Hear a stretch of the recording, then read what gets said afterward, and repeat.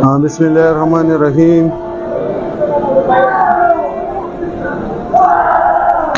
کتونکو ډیره یو افسوسناک واقعه بیګا مخې ته راغلې په بابوزو کې چې هلته دماکه شوې، هر څه شوي، تقریبا 10 کسان پکې مړه دي، په دې کې زنانه هم دي، په دې کې ماشومان هم دي.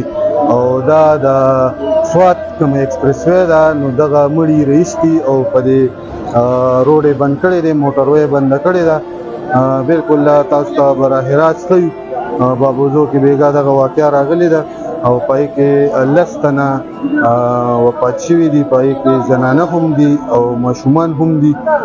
دلته چې کوم د دې کوم مقامي کسان دي، د هغوی نه به پوښتنه لرو، تپوس وکړو چې دا څه واقعه پېښه شوې ده. بالکل تاسو ته براه راست ښیو. ډېر د مړي نه تاسو ته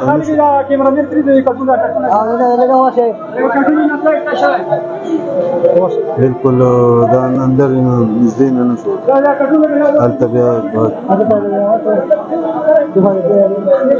کتونکو بالکل دا څو لاشه پراته دي، دا تاسو کتی شئ. یوه، دوه، درې، څلور، پنځه، شپږ کروړ.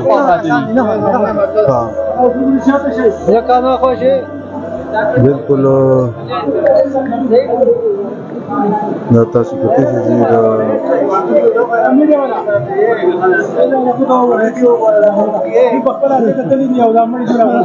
ستاسو څه دي؟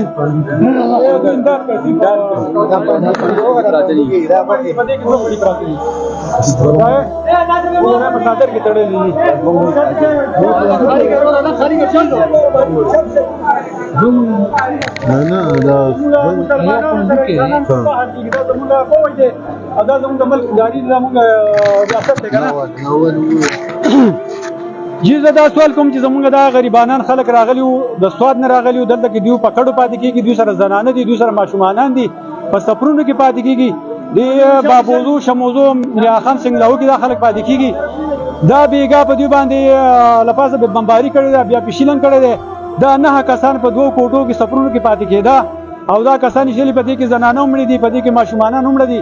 بیا ورځ موږ چې خبر شو نو د دې بابوزو خلک هم بره نه پرېښودو، پولیس راغلي وي، تاسو بره نه ځئ، بره طالبان دي. نو کار دوی په خپله کوي، دا طالبان دي، بره تاسو به نه ځئ غره ته. دا خلک هم بند کړو.